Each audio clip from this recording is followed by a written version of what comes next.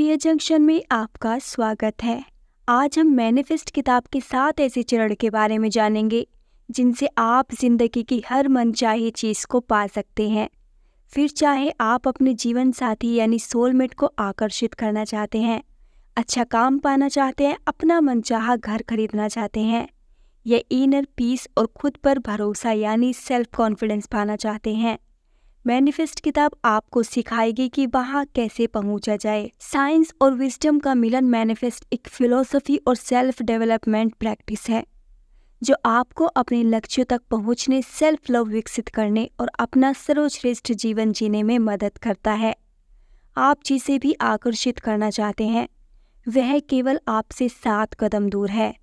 अभी सुने और जादू का महसूस करें। अब से लगभग 1800 साल पहले महात्मा बुद्ध भी यह कह चुके हैं कि जो हम सोचते हैं वो हम बन जाते हैं। हम जो महसूस करते हैं उसे आकर्षित करते हैं। हम जो कल्पना करते हैं वही बनाते हैं। यह हमारे विश्वास पर आधारित है कि हम सभी एक यूनिवर्सल ऊर्जा क्षेत्र से जुड़े हुए हैं और हम उस क्षेत्र को प्रभावित करने के लिए अपने विचारों और भावनाओं का उपयोग कर सकते हैं। जब आप प्रकट होते हैं तो आप यूनिवर्स को बता रहे होते हैं कि आप क्या चाहते हैं। आप एक क्लियर संदेश भेज रहे हैं और यूनिवर्स इसका जवाब देगा। अब हम उन 7 चरणों के बारे में एक एक करके बताएंगे जिनसे आप अपनी मनचाही चीज पा सकते हैं। चरण 1, अपने विजन को क्लियर करें। किसी भी मैनिफेस्टिंग जर्नी का पहला कदम अपने विजन में क्लियर होना है। सीधे शब्दों में कहें तो अगर आप नहीं जानते कि आप कहाँ जा रहे हैं तो वहाँ नहीं पहुँच सकते जहाँ आप जाना चाहते हैं। इसलिए किसी भी दूसरी चीज़ से पहले आपको इस बात पर स्पष्टता यानी क्लियरिटी की ज़रूरत है कि आप क्या चाहते हैं, कि ब्रह्मांड आपको क्या दे।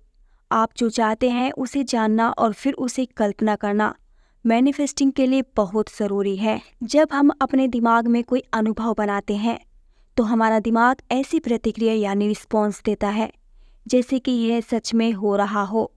Neuroscientist doctor Tara Swart the source में बताती हैं कि विजुअलाइजेशन काम करता है क्योंकि बाहरी दुनिया में किसी घटना को सीधे अनुभव करने और उसी घटना की विजुअलाइजेशन में कल्पना की छवि यानी इमेज के बीच हमारे दिमाग में बहुत कम अंतर होता है।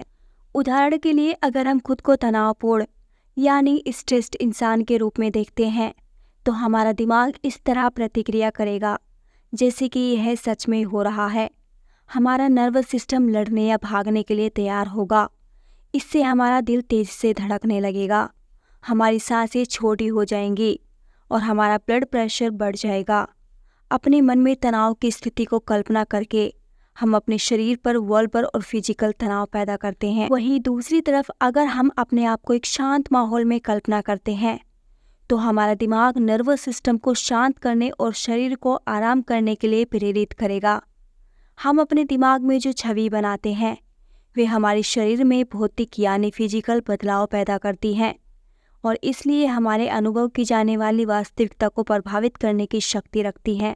इसलिए जैसे ही हम कल्पना करते हैं कि हमारे पास वे चीज़ें हैं जो हम सबसे ज़्यादा चाहते हैं, हम एक भौतिक बदलाव पाएंगे जो हमारी एनर्जेटिक वाइब्रेशन फ्रीक्वेंसी को बदल देगा और लॉ ऑफ अट्रैक्शन के अनुसार यह तय करेगा कि हम अपनी ज़िंदगी में क्या आकर्षित करते हैं। कि असरदार विजुअलाइजेशन का असली रहस्य यह समझने में है कि सिर्फ उन चीज़ों को देखना काफ़ी नहीं है जो आप अपने दिमाग में चाहते हैं। उसे हकीकत में हासिल करने के लिए प्रभावी रूप से कल्पना करने के लिए आपको उन्हें पाने की भावना में खुद को डुबा देना चाहिए। याद रखें, हम जो महसूस करते हैं उसे आकर्षित करते हैं। यह तभी होता है जब हम देख पाते हैं कि हम क्या चाहते हैं और फिर उसे पाने का भावात्मक अनुभव पैदा करते हैं। तभी हम अपनी वाइब्रेशन फ्रीक्वेंसी को बदलते हैं। उदाहरण के लिए जब आप अपने सपनों के घर को कल्पना करते हैं तो आपको यह भी कल्पना करना चाहिए कि वहाँ रहना सच में कैसा लगेगा।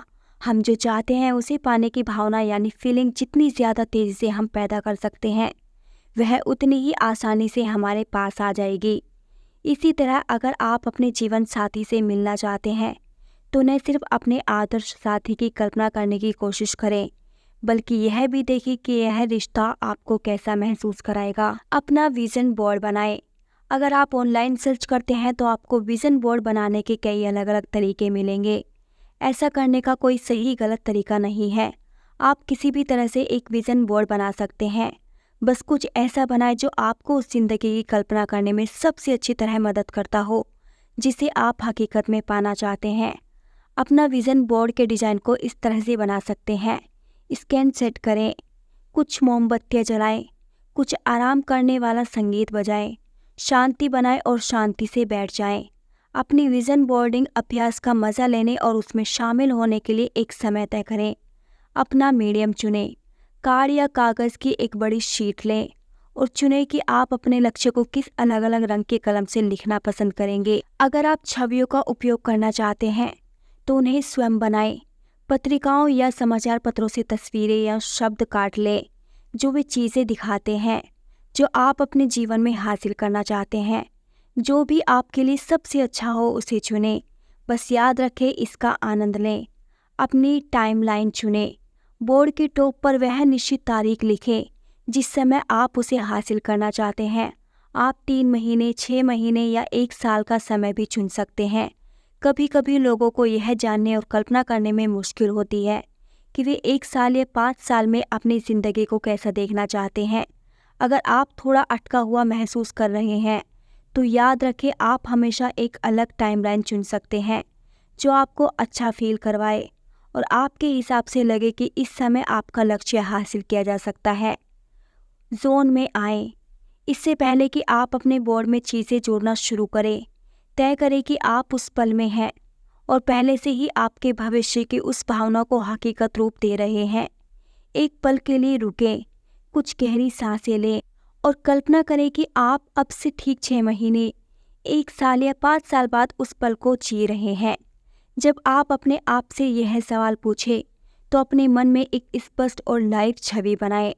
आप अपने अंदर कैसा महसूस करते हैं, किस तरह के संबंध आपके आसपास हैं, आप किस तरह के घर में रहते हैं, आपका पेशा यानी ऑक्यूपेशन क्या है, आपको किस बात पर सबसे ज़्यादा गर्व है, आप अपनी ज़िंदगी में क्या बदलना चाहते हैं या क्या आप वैसे ही रहना चाहते हैं। जैसे ही आप इन सवालों का जवाब देते हैं, अपने आप को अपने सपनों, इच्छाओं और चाहतों में पूरी तरह से मुक्त होने दें। डर को अपनी कल्पना पर हावी न होने दें। इसके बजाय अपने दिमाग की नज़र को ठीक उसी जगह पर ले जाएं जहां आप जाना चाहते हैं। जैसे ही आप उस पल में डूबते हैं, अपने भविष्य की छवि को हकीकत में होते हुए देखें। अपने विज़न बोर्ड को 6 श्रेणियां यानी कैटेगराइज में बांटें। नंबर 1, व्यक्तिगत विकास यानी पर्सनल डेवलपमेंट, मतलब आपका व्यक्ति स्तर पर विकास कि आप अपने अंदर कैसा महसूस करना चाहते हैं। नंबर 2, प्यार। Number 3, career. नंबर 4, दोस्त और परिवार। नंबर 5, घर। नंबर 6, अपने जुनून पर काम करना और घूमना। हर वर्ग के लिए वे सभी चीज़ें लिखें जो आप चाहते हैं। फिर इसकी कल्पना करें।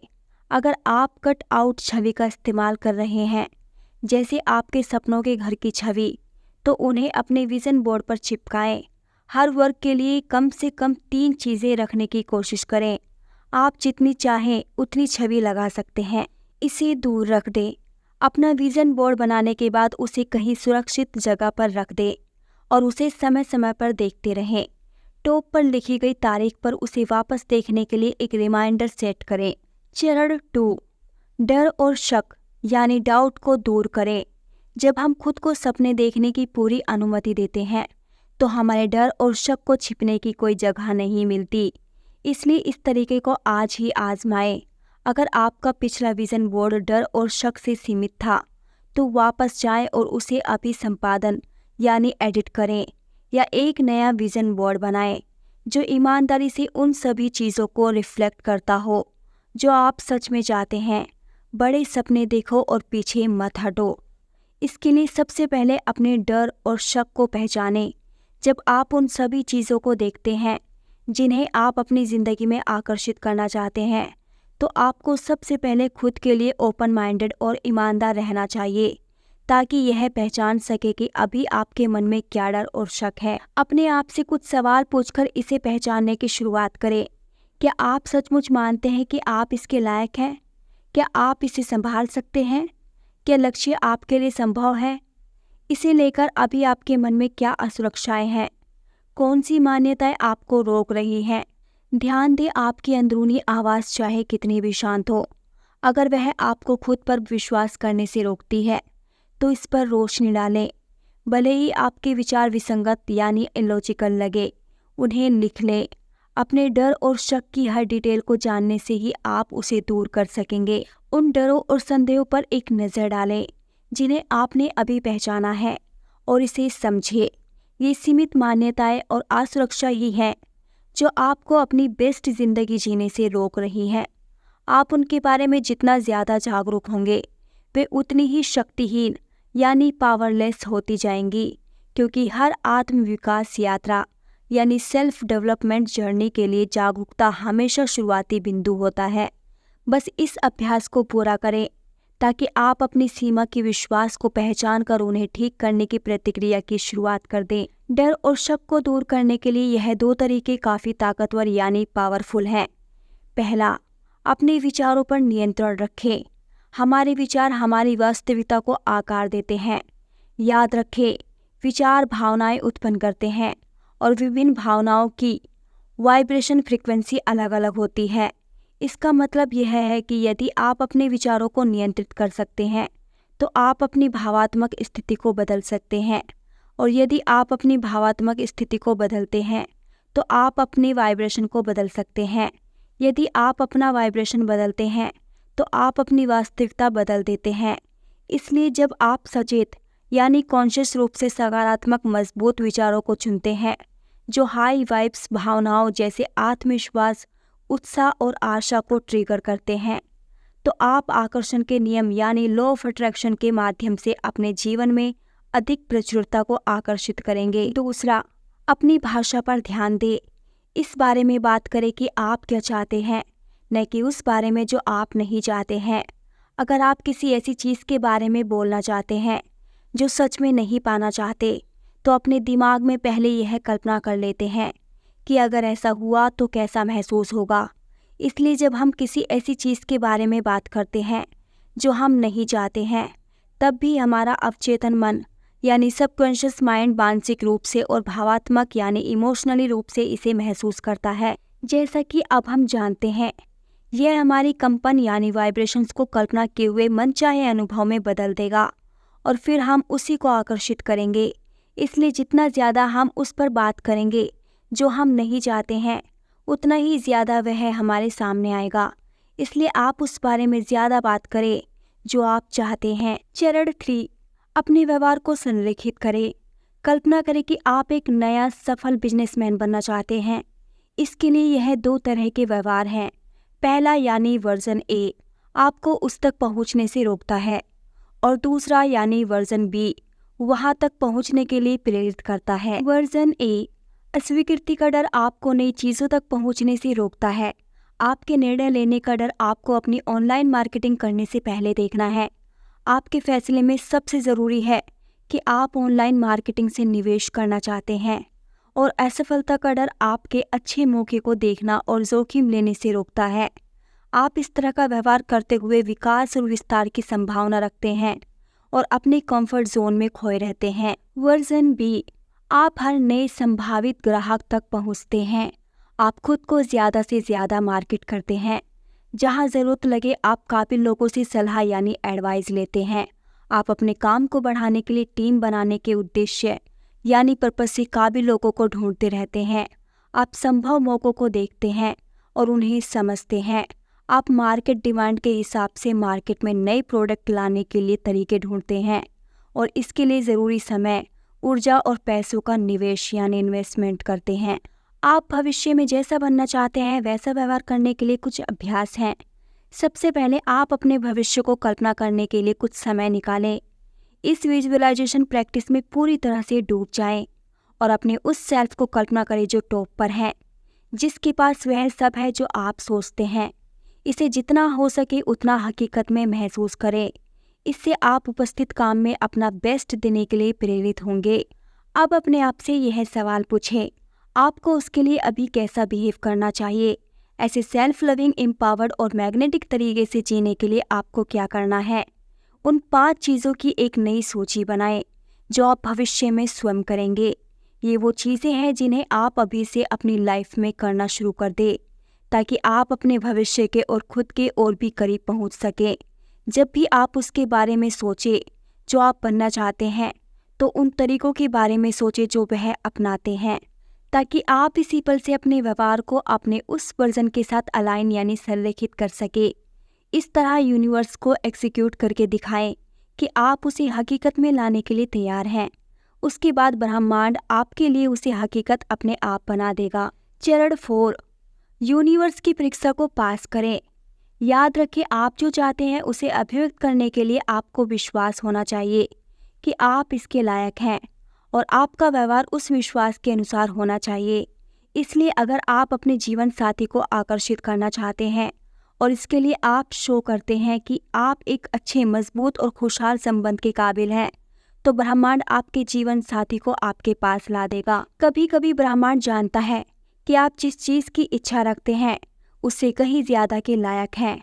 यह आपको वे चीज़ें नहीं देता जो आप चाहते हैं, क्योंकि यह आपको कुछ बेहतर देना चाहता है। भरोसा रखें कि ब्रह्मांड हमेशा आपके श्रेष्ठ की तलाश में है। अगर आप किसी इंसान के अपनी ज़िंदगी से चले जाने से उदास हैं, तो चिंता न करें और इस बात को स्वीकार करें कि वह आपके लिए नहीं था, आपके लिए कोई बेहतर इंसान बना है। मैनिफेस्टिंग का मतलब कभी कभी खुद को बेकार चीज़ों से अलग करना, अच्छी चीज़ों का इंतज़ार करना और उस अनुभव से सीखना भी है। अगर आप अपनी मैनिफेस्टिंग जर्नी पर हैं, तो परीक्षणों या अवसर के लिए जागरूक हो जाइए। जब वे अपने आप को आपके सामने उपस्थित करते हैं, तो उन्हें अपनी वाइब्रेशंस कम करने और अपने रास्ते से भटकने न दें। ब्रह्मांड को यह दिखाकर कि आप खुद को महत्ता देते हैं और आपको विश्वास है कि आप अपनी ज़िंदगी में वह चीज़ पाने के काबिल हैं। अपनी मैनिफेस्टिंग की शक्ति को मजबूत करने के लिए उनका इस्तेमाल करें। जब आपको ज़रूरत हो तो अपने लिए खड़े रहें। भटकाने वाली चीज़ों को तब तक ना कहें जब तक वे उन सभी ज़रूरतों को पूरा नहीं करती जो आप चाहते हैं। अस्वीकार यानी रिजेक्शन का सामना करने पर मजबूत रहें और भरोसा रखें कि सब कुछ वैसा ही होगा जैसा होना चाहिए। कभी कभी आप जीतते हैं, कभी कभी आप सीखते हैं। हर चीज़ में हमें कुछ मूल्यवान यानी वैल्यूएबल सिखाने की काबिलियत होती है। चीज़ों को गलत हो रहा है या सही हो रहा है के रूप में देखने के बजाय आप हर चीज़ को सीखने, आगे बढ़ने और विकास के मौके के रूप में देखें। जब आप चुनौती को सीखने और सिर्फ उतना ही देखने की कोशिश करते हैं जिनको आप नियंत्रण यानी कंट्रोल कर सकते हैं, तो आप बहुत सारे फिजूल के तनाव को छोड़ना शुरू कर देते हैं। यह आराम यानी कंफर्ट और लचीला एहसास यानी फ्लेक्सिबल फीलिंग आपकी प्रेरणा को बढ़ाती है और आपको और भी ज़्यादा ताकतवर तरीके से चीज़ों को हासिल करने के लिए काबिल बनाती है। चरण 5, ग्रैटिट्यूड यानी कृतज्ञता अभिव्यक्त करें। ग्रैटिट्यूड एक खुशी की भावना है और इस भावना में बहुत ज़्यादा हाई वाइब्रेशन फ्रिक्वेंसी होती है। कृतज्ञता हमारे पास मौजूद सबसे पावरफुल इमोशनल टूल्स में से एक है, और जब हम समझ जाते हैं कि इसका अभ्यास कैसे करना है, तो हम इसका इस्तेमाल किसी भी लो वाइब अनुभव से खुद को बाहर निकालने, अपनी भावात्मक स्थिति को बदलने, अपनी वाइब्रेशन को बदलने और ब्रह्मांड यानी यूनिवर्स की प्रचुरता को पूरी तरह से आज़ाद करने के लिए कर सकते हैं। कृतज्ञता की 3 श्रेणियाँ यानी कैटेगरीज हैं। अपने लिए ग्रेटिट्यूड, ये ऐसी भावना है जिसमें आप अपने बारे में तारीफ करते हैं, जैसे मैं अपनी ताकत के लिए आभारी हूँ, मैं अपने स्वास्थ्य के लिए आभारी हूँ, मैं अपने दिमाग के लिए आभारी हूँ। आपकी ज़िंदगी के लिए कृतज्ञता, इसमें आप अपने जीवन की प्रशंसा करते हैं, जैसे मैं अपनी नौकरी के लिए आभारी हूँ, मैं अपने परिवार और दोस्तों के लिए आभारी हूँ, मैं जहाँ रहता हूँ उसके लिए आभारी हूँ। दुनिया के लिए कृतज्ञता, इसमें आप उन चीज़ों के लिए कृतज्ञता महसूस करते हैं जो हम सभी के लिए सार्वभौमिक यूनिवर्सल हैं। उदाहरण के लिए, मैं धूप के लिए आभारी हूँ, मैं लोगों से अच्छे रिश्ते के लिए आभारी हूँ, मैं घूमने और नई संस्कृति यानी कल्चर्स का अनुभव करने के लिए आभारी हूँ। आपने कई बार कहा होगा कि मुझे आज वर्कआउट करना पड़ेगा, मुझे काम पर जाना पड़ेगा, मुझे अपने माता पिता से मिलना है। इस भाषा का उपयोग करने का मतलब यह है कि आपके पास कोई विकल्प नहीं है और आपको किसी चीज़ के लिए मजबूर किया जा रहा है। यह हमसे आभारी महसूस करने का मौका छीन लेता है और इसका मतलब यह है कि हमारे पास चुनने की शक्ति नहीं है। जब आप इसे आसान भाषा से बदलते हैं और इसके बजाय कहते हैं मुझे आज वर्कआउट करना है, मुझे आज काम पर जाना है, मुझे अपने पेरेंट्स से मिलना है, मुझे पढ़ाई करनी है, मुझे बच्चों के लिए रात का खाना बनाने का मौका मिलता है, तो आप अपने आप ही खुशी के पल में आ जाते हैं। चरण 6, अपनी जलन को प्रेरणा में बदलें। कल्पना करें कि आपकी मुलाकात एक पुराने दोस्त से होती है और आप कॉफ़ी पीने का फैसला करते हैं। वह आपको बताती है कि स्कूल छोड़ने के बाद उन्होंने अपना खुद का ही सफल तकनीकी बिजनेस शुरू किया और फिर उसे बेच दिया, जिससे वह पिछले 12 महीने में दुनिया भर में घूम चुकी हैं और उनकी नेटवर्थ बढ़ गई है। ध्यान दें कि उस जानकारी के जवाब में आप शारीरिक, भावनात्मक यानी इमोशनली और मानसिक रूप से कैसा महसूस करते हैं। क्या आपको लगता है कि आपके अंदर घबराहट, उदासी, असंतोष यानी डिससेटिस्फैक्शन और हताशा की भावना उठने लगी? अगर ऐसा है तो पहले अपने अनुभव को अपने आप को धीरे से यह कहते हुए स्पष्ट करें, यह सुनकर मुझे ईर्ष्या महसूस हुई है। फिर इस बारे में सोचना बंद करके सेल्फ लव, दया और मदद करने के बारे में सोचें ताकि आप अच्छा महसूस करें। जब आप ऐसा कर ले तो अपनी जेलसी को इंस्पिरेशन में बदलने का मजबूत इरादा करें। अन्य लोगों की मदद करना, उनकी प्रगति में उनका समर्थन करना, उनकी जीत का जश्न मनाना, उनकी मदद करना, उन्हें प्रेरित करना, इससे हमारे आत्म प्रेम और उच्च सकारात्मक भावनाओं में वृद्धि होती है। इससे ब्रह्मांड को पता चलता है कि आपको दूसरों की सफलता से खतरा नहीं है, बल्कि आप उनसे प्रेरित होते हैं। वह प्रेरणा आपको आपके सपनों के जीवन की ओर ले जाएगी। यदि आप दूसरों के विकास में खुश होकर उस प्रेमपूर्ण, चुंबकीय और जादुई ऊर्जा को ब्रह्मांड में डालते रहेंगे तो आपको भी बहुत ज्यादा मिलेगा। ईर्ष्या को प्रेरणा में बदलने के लिए ये 4 कदम उठाएं। पहला, इसके लिए जागरूक बने। अपनी ईर्ष्या को स्वीकार करने के लिए आपको अपने ईर्ष्या से जुड़े सोच के बारे में सावधान रहना होगा ताकि जब वह आए तो आप उसे पकड़ सकें। दूसरा, ईर्ष्या से जुड़ी शर्म और क्रिटिसिज्म को दूर करें। अपने और दूसरों के लिए प्यार, दया और मदद की भावना रखें। तीसरा, इससे सीखें। अगर आप पाते हैं कि आप किसी दूसरे इंसान को जज कर रहे हैं तो अपने आप से पूछें, इस फैसले के पीछे क्या कारण है? कौन सा डर या शक इसे चला रहा है? उनके पास ऐसा क्या है जो मैं चाहता हूँ? और उस कारण को खत्म करने की कोशिश करें। चौथा, ईर्ष्या को प्रेरणा में बदलें। हर मौके पर ईर्ष्या को ऐसी सोच में बदल दें जिससे आप प्रेरित महसूस करें और आपको आगे बढ़ने का मौका मिले। चरण 7, ब्रह्मांड पर भरोसा रखें। एक बार जब आप उस जिंदगी को जान लेते हैं जिसे आप पाना चाहते हैं, आपने सेल्फ लव विकास कर लिया है, डर और शक को दूर कर लिया है, ब्रह्मांड की परीक्षा को पास कर लिया है, अपने व्यवहार को अलाइन कर लिया है, कृतज्ञता को अपना लिया है और अपनी ईर्ष्या को प्रेरणा में बदल दिया है, तो अब आपके लिए जो बाकी है वह है बस विश्वास करना। भरोसा रखें कि ब्रह्मांड आपको वह सब कुछ देगा जिसकी आपको ज़रूरत है। इस भरोसे को फीलिंग ऑफ नोइंग की तरह माने। आपको यह जानना है कि भले ही आपको पता न हो कि यह कैसा होगा, आप बस इतना जानते हैं कि यह होगा। बिना किसी शक के यह मानना है कि जो चीज़ें आप सबसे ज़्यादा पाना चाहते हैं वे आपके पास आ रही हैं।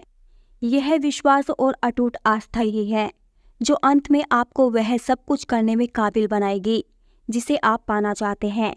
अभिव्यक्त करना नियंत्रण करने के बारे में नहीं है, मैनिफेस्टिंग समर्पण के बारे में है। यह जानने और कल्पना करने के बारे में है कि आप क्या चाहते हैं। उस तक पहुंचने के लिए सक्रिय यानी एक्शन लेते रहें और अपने आप को उस यात्रा के लिए समर्पित कर दें जो अंत में आपको वहां ले जाएगी। आप जो चाहते हैं उसे कल्पना करना गूगल मैप में अपनी डेस्टिनेशन लोकेशन डालने जैसा है। मैप पर भरोसा करके चलते रहने से अंत में आप वहां ज़रूर पहुंचते हैं। इसमें आप उस कंप्यूटर प्रोग्राम को दिशा देने की अनुमति देते हैं कि कौन से मोड़ लेने हैं, किन सड़कों से बचना है, किस हाईवे पर चलना है, और अगर आप गलत मोड़ लेते हैं तो आपको वापस ट्रैक पर लाने में मदद करता है। आप इस प्रक्रिया को कंट्रोल करने की कोशिश नहीं करते हैं, आप अपना काम करते हैं और उसे अपना काम करने देते हैं।